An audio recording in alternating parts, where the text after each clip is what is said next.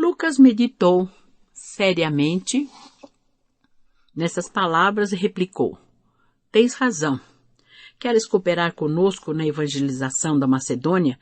Interrogou o ex-rabino sentindo-se triunfante. Irei contigo, concluiu Lucas. Entre os 4 discípulos do Cristo houve enorme júbilo. No dia seguinte, a missão navegava para Samotrácia. Lucas explicou-se como pôde, solicitando ao comando a permissão de se afastar por 1 ano dos serviços a seu cargo. E porque apresentasse substituto, conseguiu com facilidade o seu intento. A bordo, como fazia em toda a parte, Paulo aproveitou todos os ensejos para a pregação. As menores margens eram grandes temas evangélicos no seu raciocínio superior. O próprio comandante romano de boa têmpera abandonava-se prazerosamente ao gosto de ouvi-lo. Foi nessas viagens que Paulo de Tarso travou relações com um grande círculo de simpatizantes do Evangelho, conquistando numerosos amigos citados nas futuras epístolas. Desembarcados, os missionários, enriquecidos com a cooperação de Lucas, descansaram 2 dias em Neápolis, dirigindo-se em seguida para Filipos. Quase às portas da cidade, Paulo sugeriu que Lucas e Timóteo se dirigissem por outros caminhos para Tessalônica, onde os 4 se reuniriam mais tarde. Com esse programa, nenhuma aldeia ficaria esquecida e as sementes do reino de Deus seriam espalhadas nos meios mais simples. A ideia foi aprovada com satisfação. Lucas não deixou de perguntar se Timóteo era circuncidado. Conhecia as tricas dos judeus e não desejava atritos nas suas tarefas iniciais. Esse problema, esclareceu o apóstolo dos gentios, já foi necessariamente atendido. As 2 humilhações infligidas a um jovem confrade que levei a Jerusalém, não a conselho da sinagoga, mas a uma reunião da igreja, levaram-me a refletir na situação de Timóteo, que precisará muitas vezes dos favores dos israelitas no curso das pregações. Até que Deus opere a circuncisão de tantos corações endurecidos, é indispensável saibamos agir com prudência sem atritos que nos inutilizem os esforços. Esclarecido o assunto, entraram na cidade, onde o médico e o jovem de Listra descansariam um pouco, antes de tomarem o rumo de Tessalônica por estradas diferentes, de modo a multiplicar os frutos da missão. Hospedaram-se num albergue quase miserável que a população da cidade reservava aos estrangeiros. Depois de 3 noites ao relento, os amigos de Jerusalém dirigiram-se à casa de oração que ficava à margem do rio Gangas. Filipos não possuía sinagoga e o santuário destinado às preces, embora tomasse o título de casa, não era mais que um recanto ameno da natureza, rodeado de muros em ruínas. Ciente da situação religiosa da cidade, Paulo dirigiu-se para lá com os companheiros. Muito surpreendidos, entretanto, os missionários não encontraram senão senhoras e meninas em oração.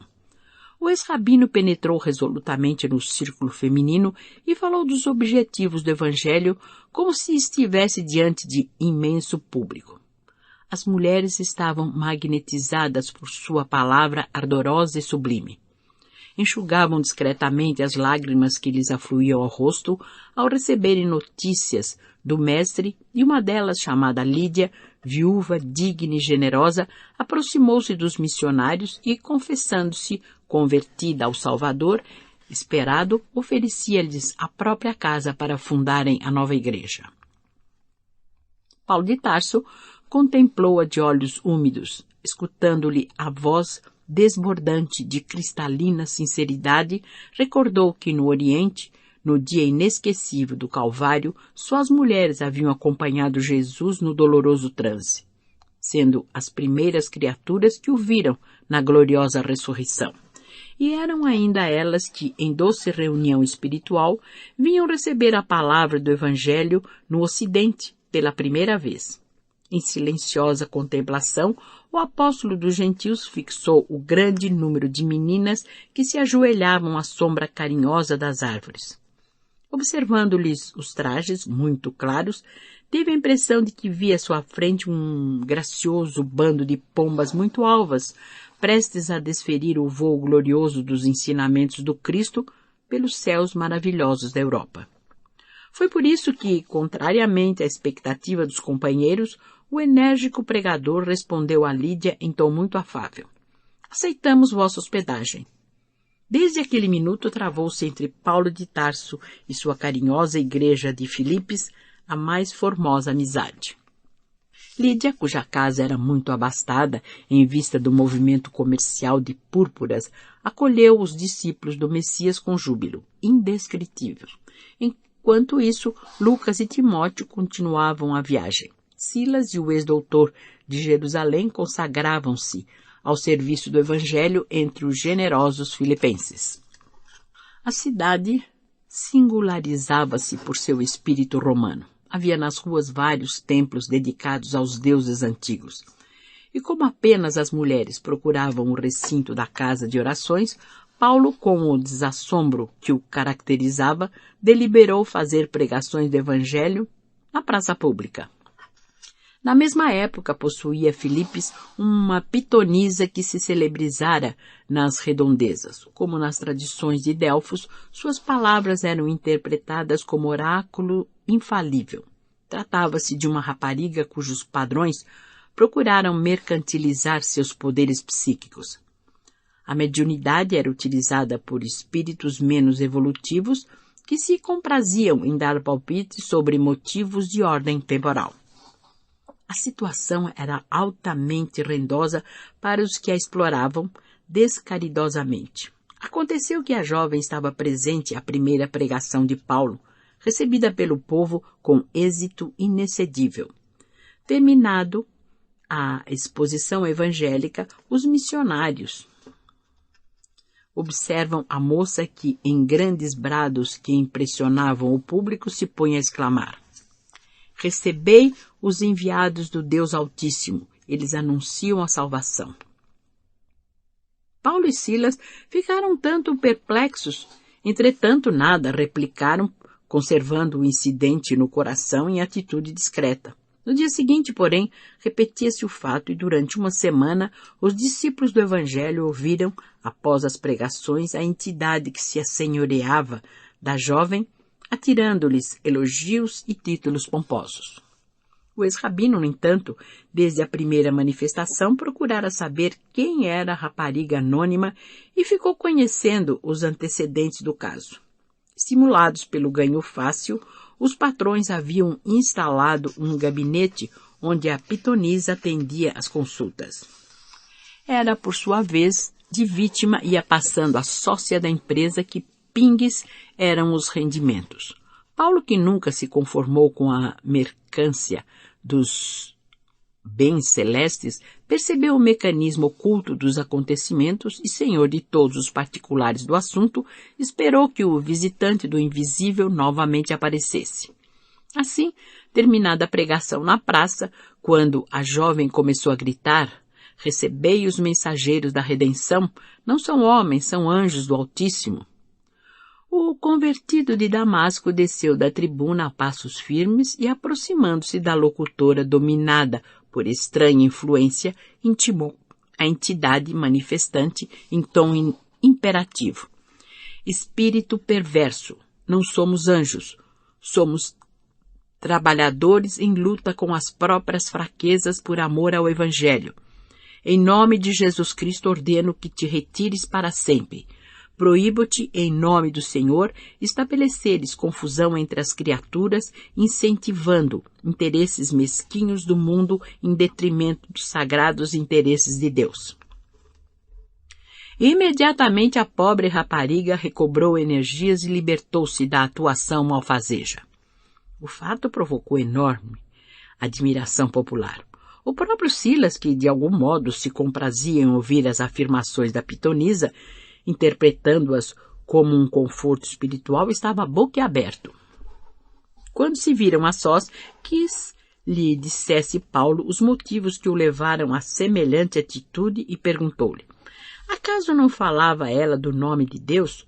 Sua propaganda não seria para nós valioso auxílio?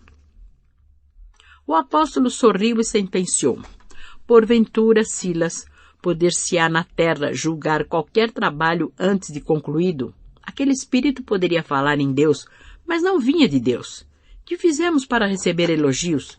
Dia e noite estamos lutando contra as imperfeições de nossa alma. Jesus mandou que ensinássemos a fim de aprendermos duramente. Não ignoras como vivo em batalha com o espinho dos desejos inferiores? Então, seria justo aceitarmos títulos imerecidos quando o mestre rejeitou o qualificativo de bom? Claro que se aquele espírito viesse de Jesus, outras seriam suas palavras. Estimularia nosso esforço, compreendendo nossas fraquezas. Além do mais, procurei informar-me a respeito da jovem e sei que ela é hoje a chave de grande movimento comercial. Silas impressionou-se com os esclarecimentos mais que justos, mas dando a entender suas dificuldades para os compreender integralmente, acrescentou: todavia será um incidente uma lição para não entretermos relações com o plano invisível? Como pudeste chegar a semelhante conclusão? Respondeu o ex-rabino muito admirado. O cristianismo, sem o profetismo, seria um corpo sem alma. Se fecharmos a porta de comunicação com a esfera do mestre, como receber seus ensinos? Os sacerdotes são homens, os templos são de pedra. Que seria de nossa tarefa sem luzes do plano superior? Do solo brota muito alimento, mas apenas para o corpo. Para a nutrição do espírito é necessário abrir as possibilidades de nossa alma para o alto e contar com o amparo divino. Nesse particular, toda a nossa atividade repousa nas dádivas recebidas. Já pensaste no Cristo sem ressurreição e sem intercâmbio com os discípulos? Ninguém poderá fechar as portas que nos comunicam com o céu. O Cristo está vivo e nunca morrerá. Conviveu com os amigos depois do Calvário em Jerusalém e na Galiléia trouxe uma chuva de luz e sabedoria aos cooperadores galileus no Pentecostes. Chamou-me às portas de Damasco. Mandou um emissário para a libertação de Pedro quando o generoso pescador chorava no cárcere.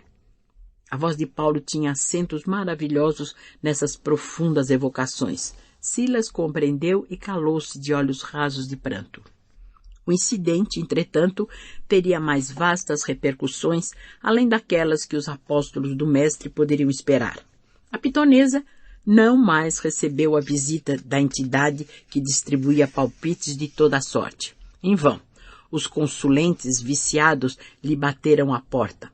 Vendo-se privados da renda fácil, os prejudicados fomentaram largo movimento de revolta contra os missionários.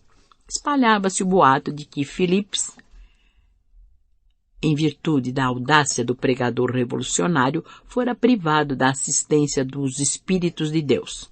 Os fanáticos exaltaram-se. Daí a 3 dias, Paulo e Silas foram surpreendidos em plena praça com um ataque do povo e foram presos a troncos pesadíssimos e flagelados sem compaixão. Sob os apupos da massa ignorante, submeteram-se com humildade ao suplício. Quando sangravam sob as varas impiedosas, houve a intervenção das autoridades e foram então conduzidos ao cárcere, abatidos e cambaleantes. Dentro da noite escura e dolorosa, incapacitados de dormir pelas dores crudelíssimas, os discípulos de Jesus vigiaram em preces ungidas de luminoso fervor. Lá fora, rugia a tempestade, em trovões terríveis e ventos sibilantes. Filipes inteira parecia abalada em seus alicerces pela tormenta fragorosa. Passava da meia-noite e os 2 apóstolos oravam em voz alta. Os prisioneiros vizinhos, vendo-os em oração, pareciam acompanhá-los pela expressão do rosto. Paulo contemplou-os através das grades e, aproximando-se a custo, começou a pregar o reino de Deus. Ao comentar a tempestade imprevista que se abatera sobre o ânimo dos discípulos enquanto Jesus dormia na barca, um fato maravilhoso feriu os olhos dos encarcerados. As portas pesadas das numerosas celas se abriram, sem ruído. Silas ficou lívido. Paulo compreendeu e saiu ao encontro dos companheiros. Continuou pregando as verdades eternas do Senhor com entonação impressionante. E vendo umas dezenas de homens de peito hirsuto, barbas longas, fisionomias taciturnas, como se estivessem plenamente esquecidos do mundo, o apóstolo dos gentios falou com mais entusiasmo da missão do Cristo e pediu que ninguém tentasse fugir. Os que se reconhecessem culpados agradecessem ao Pai os benefícios da corrigenda. Os que se julgassem inocentes dessem expansão ao regozijo, porque só os martírios do justo podiam salvar o mundo.